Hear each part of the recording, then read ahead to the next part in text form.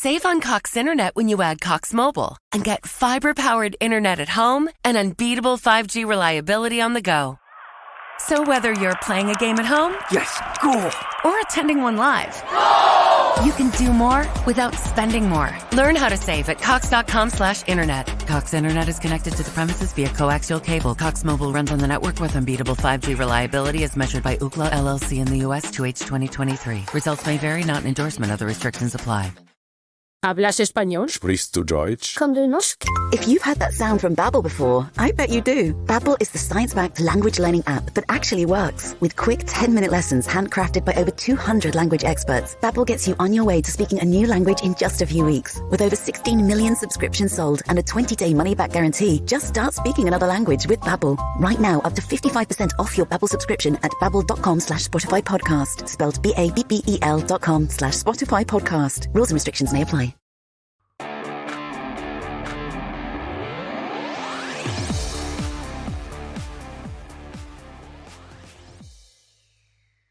Hey, Eagles fans, this is Chris Franklin from NJ Advanced Media, and welcome to the No-Huddle Show podcast, the show where we discuss all things related to the Philadelphia Eagles. Now, before we begin, I want to remind you that you can read our content on NJ.com/Eagles, and be sure to bookmark that to get the latest Eagles news and analysis. Today, I'm once again joined by my No-Huddle Show co-hosts, Bob Brookover and Cayden Steele. Well, it's NFC Championship week, and the Eagles find themselves in there against a very familiar opponent.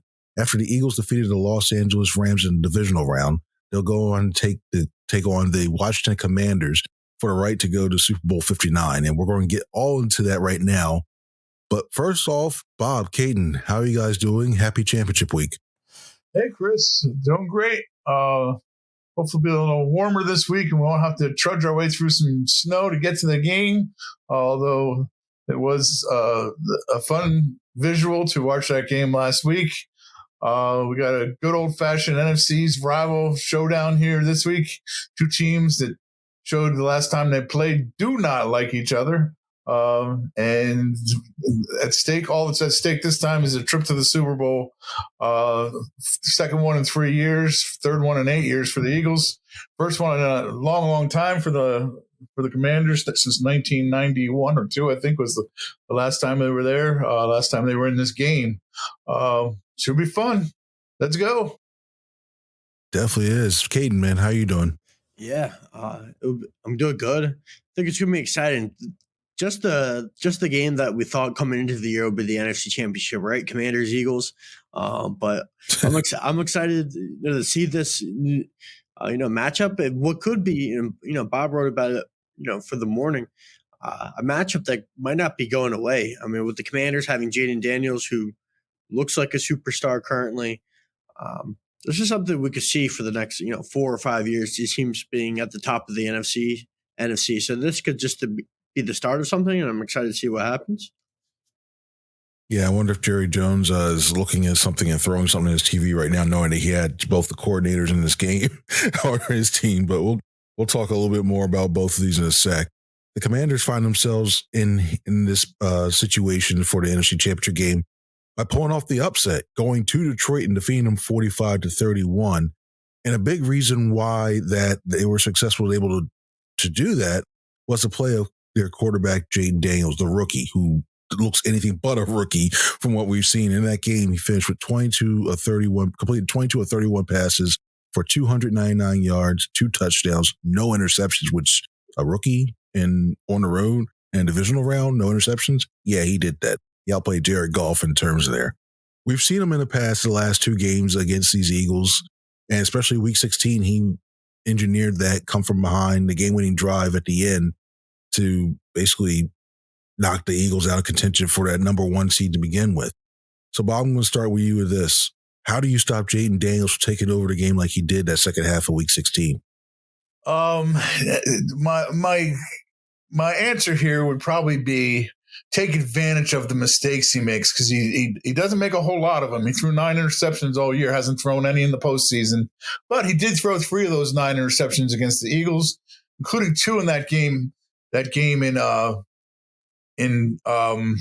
Washington that the Commanders came back and won. Jalen Hurts wasn't on the field.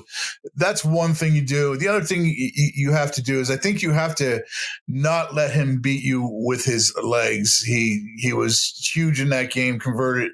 He ran for 81 yards in that game in Washington after not doing a whole lot of damage against the Eagles. In the first meeting, only ran for 7 times for 18 yards in that game. I think you can't let him escape the pocket. There was time after time where they had him stopped. The most memorable one, I think, was the 4th down play. Fourth and 13, 14, I forget how many yards it was. That was, to me, that was the game right there, because if they stop him there, I think that game is over. But to me, you just don't let him beat you with his legs. Make him beat you with his arm. And he's capable of doing that. We've seen that. Probably another factor would also be to make sure you have a 2-score lead late in the game, because he's been unbelievable late in games, leading that team back to victories. This team is used to playing close games. They've done it all year. So you don't really want him to have the ball and you're up by 6 or less points down the stretch. So I would say those are the keys. Cade, what do you think? How do you stop Jayden Daniels?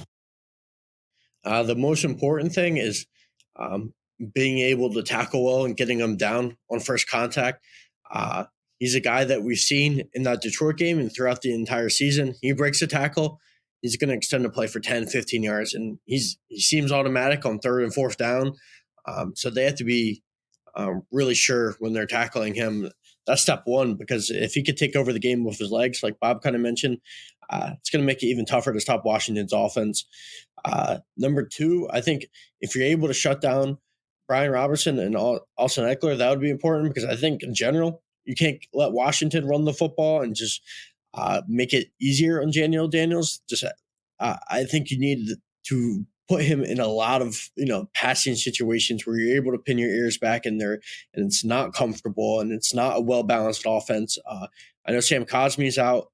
I think that's the advantage that you could take of you could have in this game, is that you could beat up on their offensive line if you're able to stop the run game and put them in passing situations and get after Jayden Daniels. But once you do that, he is elusive in the pocket. He has a good feel for everything. So you have to go back there, and if you're Jalen Carter and if you're Milton Williams and you're those guys, you have to sack him. You have to bring him down on that first hit. You can't let him escape and make plays with his legs. So I think you want to put him in pass situations, and he's a really good passing quarterback. So it won't be easy still, but you want to make it as difficult as possible. You don't want him to have easy throws, in the middle of the field to Ertz and all the different weapons that he has on the team, McLaurin as well. It's gonna be a difficult task, but I think they could do it. We saw it in week 11. I know he was coming off a rib thing, and he didn't look 100%, so it was a little bit different. But I think the Eagles defense is good enough to contain him, but they have to be fundamentally sound, and we'll see if they are. Now, we all know that Terry McLaurin, the Commanders wide receiver, is still extremely dangerous, but the Commanders have other weapons such as tight end Zach Ertz, wide receiver De'Ami Brown, and running backs Brian Robertson Jr. and Austin Eckler. Now, Cayden, besides McLaurin, which of those 4 concerns you the most as a player who give the Eagles defensive trouble? Yeah. When I thought about it, I really considered going with Zach Ertz, just in terms of trusting his experience and his feel for route running. He's a guy that you always think could give you some problems in this type of game. But the Eagles defense is really solid in the middle field in terms of coverage. Oren Burks has a really good grade. Zach Bond is number 1 in the NFL in coverage, according to PFF. CJ Gardner-Johnson, Reed Blankenship have also been good in that area. And I realized De'Ami Brown is breaking out recently, and other weapons on that team, like Olamide Zaccheaus, who was with the Eagles last year, has been really solid at times, especially in that Week 16 game.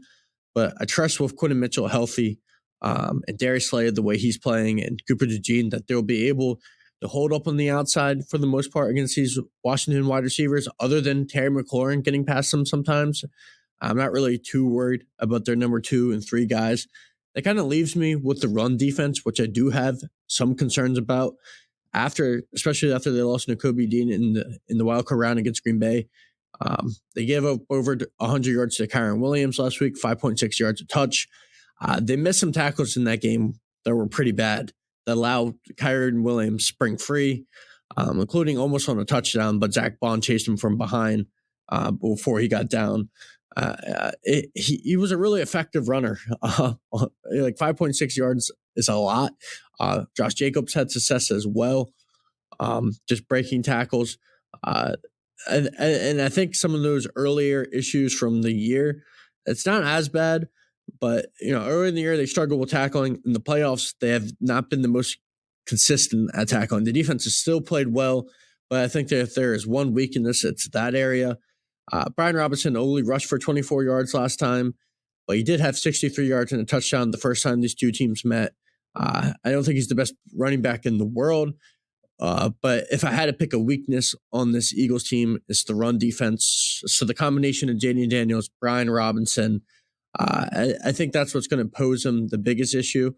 I would like to pick Jayden Daniels because he might be even better runner than Brian Robinson, but I'll go with Brian Robinson as the biggest and what problem. do you think, Bob? Who do you think is of those four, who do you think it could be the most disruptive?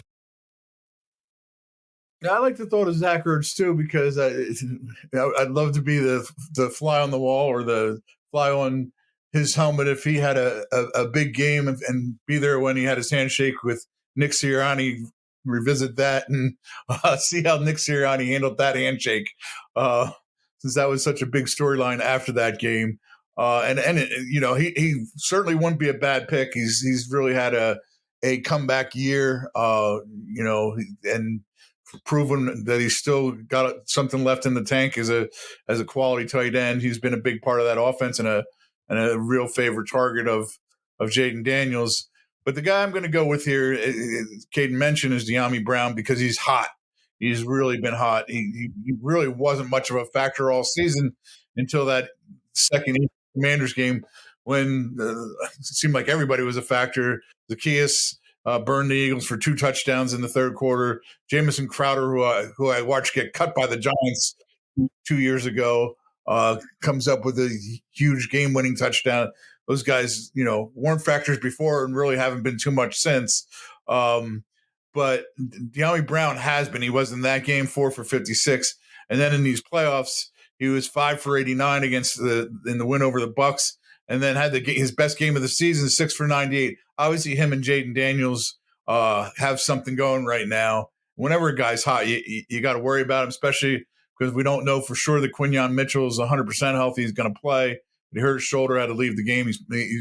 He's probably not 100% healthy, and Slay hasn't been 100% healthy all year. There's always it seems to be a time that Isaiah Rodgers gets into a game. So having a hot receiver, those are the things that would scare me even more than Brian Robinson. Brian Robinson was 10 for 24 in that last game. The Eagles really shut him down, and he really hasn't been too big a factor in either of the games. And the Eagles have a stout run defense. So I'm going to go with Brown, but there's some weapons there for Jayden Daniels to select from. It's not like he's the only one on that team. And for me, it's a little. This is going to sound weird, but I'm worried about Austin Eckler in this game because I remember that first matchup where he had 8 catches for 89 yards, and a lot of those were dump balls. A lot of those were Daniels. He was hurt, but the fact that you get him in space, not so much that I'm afraid he's going to break one off and get a 40, 50-yard gain. But I'm looking at the fact, like, say it's like 3rd and 5, and they want to get the ball out quickly, and they run a lot of this up-tempo stuff, and they try to swing it out there. And you have Eckler at one-on-one with, say, like Oren Burks or a safety or what have you, and he gets enough to get like 7 or 8. And then it just continues to wear down his defense because the more time they're on the field and wear them down. So for me, he's the guy I can see. I can see Brown's done a really, really good job. And you got to give credit to Cliff Kingsbury for acclimating him more into the system and getting him more involved. You got playing off of on the other side from McLaurin, and then you got Ertz in the middle. But something about the Eagles and the tight ends for the most part of the season, they've done a decent job of holding them in check. But it's something about that Eckler. I just got this weird gut feeling like where he just gets a couple first downs here and there and keeps these drives going. And yeah, that's what has me a little bit concerned. But we're going to move on right now to our next question. We're going to switch sides, actually, and look at the Eagles' offense, where the Eagles have been winning games this season with the passing offense still not hitting on all cylinders. The Eagles had 65 net passing yards last week against the Rams. And even though there was snow to deal with, there were opportunities to make plays. Now, we've talked about this passing game a lot in the past. It's still worth diving into. Bob, is there any chance they could fix that against the Commanders? And if so, how? Well, it's to me, it's more worth diving into this week than any game all season, just because of Jalen Hurts' knee. We're not going to know until we see him out on that field whether he's the running threat that he typically is. He was obviously a huge running threat in that Rams game. He set the tone for that game by pulling the ball out of Saquon Barkley's belly and running for 44 yards for the first touchdown. You know, the Rams had to respect that the rest of the game. They obviously, I don't put as much blame on Jalen for that passing game as maybe some other people do. I do think there were some sacks. There were definitely some sacks. There was also, and Kellen Moore took responsibility for the safety, which I thought he should. I don't know why he was dropping back in that situation. I think you and I looked at each other, Chris, when he did that, and What is he doing? But there were also, the A.J. Brown had 2 drops, one including that would have been a touchdown. Mekhi Becton, for some reason, I guess didn't hear the play. I don't know, but he's downfield, and his being downfield didn't make the play. And that negates a play down to Goddard to the 3-yard line. But getting back to my original point here, that if Jalen can't run, the passing game is going to need to be better than it has. And another concern about the passing game here this week is that Dallas Goedert's now dealing with an ankle injury. That came up new on the injury report this week. And he's been his best target in the last few weeks. He's been the go-to guy for Jalen and picked up some big yard touchdown in the Packers game, some big plays against the Rams. It's a concern, yeah. But I do think they're capable of putting up a big passing game still. The first time they played the Commanders, they threw for 206 yards and just were perfectly balanced in that game. That game was 26-18, but the Eagles dominated that game a lot more than the numbers indicate. I felt like they put up 434 yards of offense, 228 on the ground, 206 passing. That's the team we need to see. And having said all that about Jalen and the running game, they can still run with Saquon, as they proved the first game, although they shut him down in the second half. But I do think they are going to need the passing game more than they had it against the Rams. And I do think they can fix it. I do think I'm looking for A.J. Brown to have a big game. He's 24 yards over the last weeks. Or 34 yards over the last 2 weeks, I guess it is. 24. It's 14 last week and 10 in the first game. He downplayed it yesterday. I asked him about it, but he's just dying to make an impact, and I suspect he's going to make a big impact this week. So yes, I do think the passing game will be a factor this week, and a lot bigger one than people might suspect. And what do you think? Do you think they're able to fix this passing game, and what if so, how? Yeah, I mean, I think they're capable of fixing this passing game, one, because of the personnel. I mean, it's there. You rarely see A.J. Brown drop 2 passes. You have Devontae Smith, and let's say Dallas Goedert is cleared in time and he's healthy. I mean, you have all the right pieces that get this passing game going. It hasn't been clicking the entire year. Part of that is Jalen Hurts has been inconsistent at times. I think part of it is play calling. That's been spotty with Kellen Moore at times, especially in the passing game. So, it comes down to consistency, and I have confidence in Jalen Hurts as a quarterback still, and I have confidence in the personnel. So, yes, I think Washington's secondary, although improved with Marshawn Lattimore getting acquired, and Mike Sanders still has had a good, solid rookie season. I still think you can win a lot of those matchups, especially when you have guys like A.J. Brown and Devontae Smith. I think the most important thing is making it easier on Jalen Hurts earlier in the game.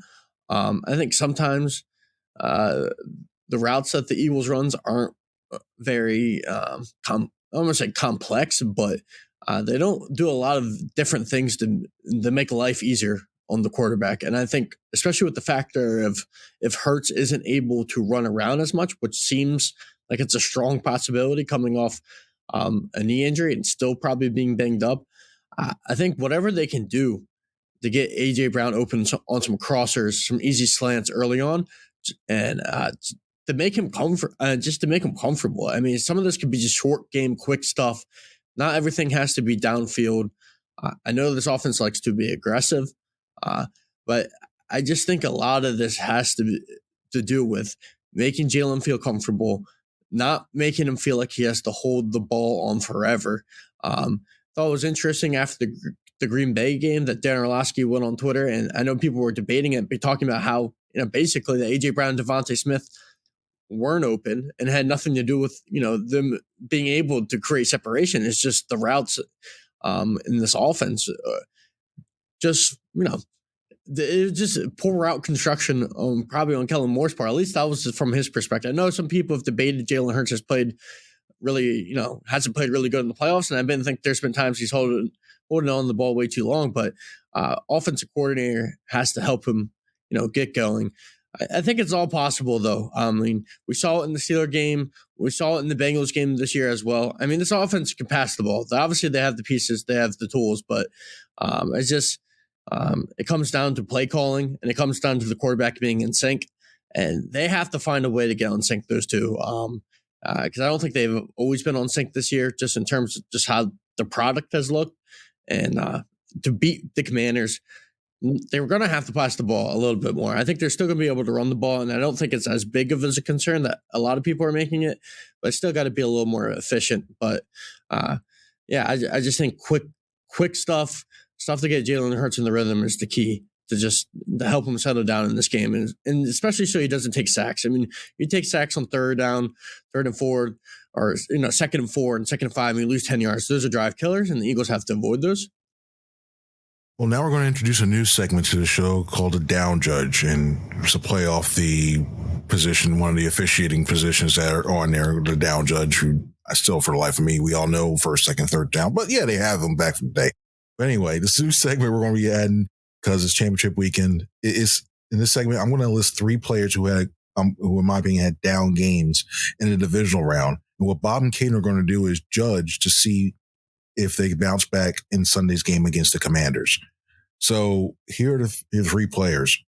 Jake Elliott, who missed 2 extra points, Bryce Huff, who had no defensive snaps against the Rams, and Mekhi Becton, who PFF had him allowing 2 sacks and 4 pressures. I'll start with Bob, and then I'll go to you, Cayden. Bob, of those 3 guys who had down, who will be the ones that bounce back against the Commanders? Well, let's start with the one who won't. I think we're all going to agree on this. In order to bounce back, you got to get on the field, and Bryce Huff has been on the field for 1 snap in 2 playoff games. It's fairly obvious that Vic Fangio has lost all confidence in Bryce Huff, and we're just not going to see him. He doesn't even get a chance to do it on special teams, which is the really sad part about that. I mean, all the great things Howie Roseman did this year, that's been a big miss. That's been a big swing and a miss, but he's not going to bounce back. I think Jake Elliott definitely bounces back. I mean, this is a guy who's been good his whole career. Yes, he missed 2 extra points, and the first one was a bad one. The second one, I'll give him a slide on, because anything that happened in the second half of that game gets a little bit of graded on a curve, because it was just craziness and hard to play. It made kind of what the Rams did at the end of the game amazing, that they were able to operate at such a high level offensively because the conditions were so bad. But I think Elliott has missed extra points before. He missed some he missed one in the Super Bowl that could have proven costly in 2017, his rookie year. But when it's time to be clutch, and he was, to me, he was clutch in that game, especially that 44-yard field goal. That drive had stalled, and to me, that was like kicking a 60-yarder that day, because the conditions were so bad. That was a huge kick. So I say he does bounce back, and I don't even consider him having a down game. The interesting one to me is Mekhi Becton. He did not have a good game, and he was scuffling a little bit down the stretch after having a really, really good year. I mean, if you just look at his Pro Football Focus grades, the last 3 weeks of the season, he didn't play the Giants, but he was a 51.5 overall, 59 against the pass, 45-3 in Green Bay game, 50.8 in the Rams game. And this is not a good time for him to be having down games because he's going to be a free agent. He can move on here. He wants to make as much money as he can here. So I think he needs to bounce back. He's got a tough assignment this week. The defensive front of the Commanders is a really good defensive front. But I think he does bounce back. Another thing to watch out for here, though, is Cam Jurgens dealing with an injury. So he really needs to be bounced back and support a guy who's not entirely 100%. So, but I'm going to put some faith in Mekhi here and say that he does bounce back. All right, Kay, once again, Jake Elliott, Bryce Huff, Mekhi Becton. Who do you think bounces back from their down week against the Rams? Yeah, I hate to beat on the guy who's down, but Bryce Huff is the one I feel like we can all kind of eliminate. It seems like Vic Fangio is comfortable with a 3-man pass rush rotation and Nolan Smith, Josh Sweat, and Jaylen Hunt. And if Nolan Smith wasn't playing the way that he's playing, maybe Bryce Huff gets some snaps in this rotation. But Nolan Smith has been emerging into a guy who looks like he has a chance to become a perennial star in the league. Josh Sweat's still steady and reliable. And Jaylen Hunt, for when they drafted him versus what he's doing now as a rookie, showing some of the promise, I think it's been somewhat surprising. He's comfortable with those 3 guys rolling off the edge. I don't think we're going to see Bryce Huff play much, and I'm not sure what his future is in Philadelphia and what they're going to do because of the money that he's owed. But it certainly seems like from the beginning of the year in training camp, when Vic was kind of talking about him, he seemed a little hesitant then. Maybe you thought at the time it was just a little tough love, but it seems like just from the beginning, since Bryce Huff's been here, the Eagles haven't fully trusted him. They still don't trust him, and he hasn't made a big impact this year. And I don't see him making a big impact in the playoffs. So Bryce Huff, if he bounces back, it'll be next year. And I doubt that, but if he does, it'll be next year, won't be this year. Jake Elliott, it's hard to bet against a guy that's been so consistent in his career, not thinking that he can bounce back. And I think it's a possibility that he has a solid game, but I know the snow was a factor last week, but he missed 2 PATs in that game. He missed one the week before against Green Bay. He's only made 1 from 50 this year, and I get having faith in the resume, saying that this guy has made the majority of kicks in his career. He's made kicks in big moments, but the Jake Elliott that we've seen this year versus the Jake Elliott that we saw from 2017 to 2023, I think it's a different Jake Elliott. I'd be concerned. He's 1 from 7 from 50, like I said. He's struggling with PATs. It just seems like it hasn't been right. After one of those PATs, he went to the bench. He hit the bench. You can tell he's frustrated while watching just like his reaction on the sideline. To some reason, something's been off this year. It hasn't been fixed yet. I know he's had some solid games, but overall, he's been pretty inconsistent. So I don't feel the utmost confidence that he is going to bounce back. Look, he missed that extra PAT. The Rams go down and score. The Rams would have won that game, and it would have been in part because he missed a PAT. Not only because he missed a PAT, but in part because of it. So I'm a little worried about Jake Elliott. He's not my biggest concern on the team, but I'm not sure if he's going to bounce back. So I'm not confident saying he will, so I'm not going to say it. Mekhi Becton, I feel like of the 3, I had the most confidence in. He only gave up 3 sacks in the regular season. I get he struggled, and he's been on a little bit of a skid. But he's put together a really, really solid season. 19th in run block according to PFF, 60 in pass blocking. So that seems like that's kind of his weakness. You can take advantage of him a little bit. The Rams' interior defensive line definitely did. they're smaller guys, quick twitch. Mekhi Becton is 6'6", 6'7", 363.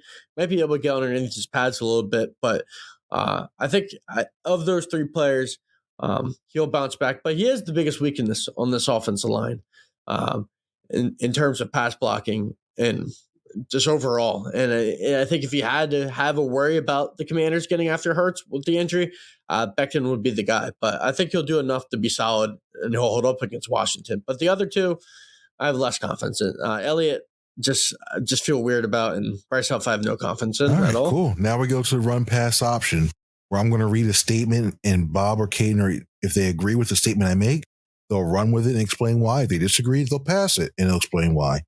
And this week we're going to use the run pass option segment to preview the AFC side of the playoff bracket.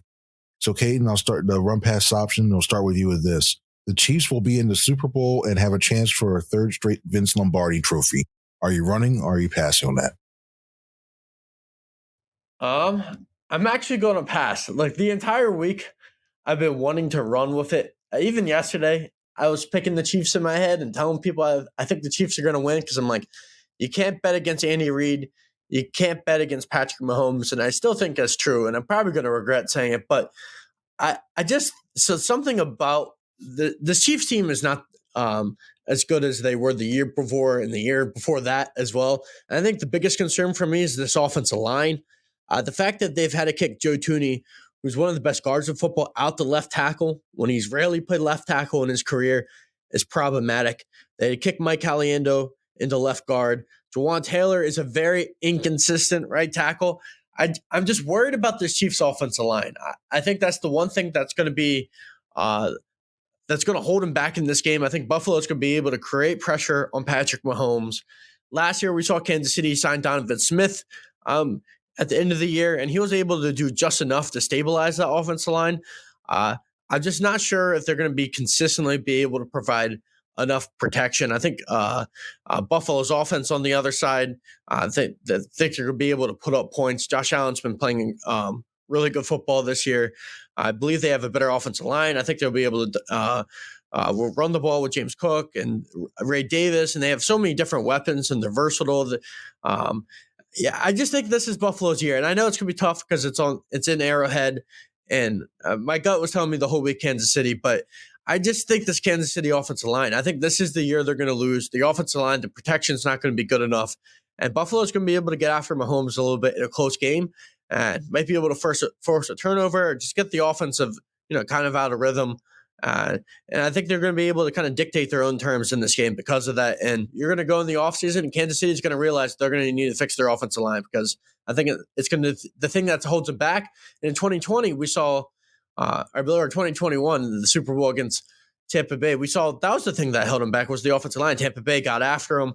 I think it'll be a similar situation against Buffalo. And I think Kansas City will lose because of it. All right, Bob, the Chiefs are going to be in the Super Bowl to go for their third straight win. Are you running or are you passing? Never, ever, ever go against your gut. Cayden. I'm running with this. The Chiefs are the Chiefs. They are Patrick Mahomes. They are Andy Reid. The Bills are the Bills. They can beat the Chiefs in the regular season. They're the only team when the Chiefs wanted to win. They beat the Chiefs this year, but they did it at Buffalo. The Chiefs didn't lose a single game at home. I don't care how close they were. When it was time to win, you think Jayden Daniels is good at winning when the game's on the line? Well, check out Patrick Mahomes when the game is on the line. And he's been doing it for how many? For forever. I don't know how many years. Who cares? Forever. He's not Tom Brady yet, but he's on his heels.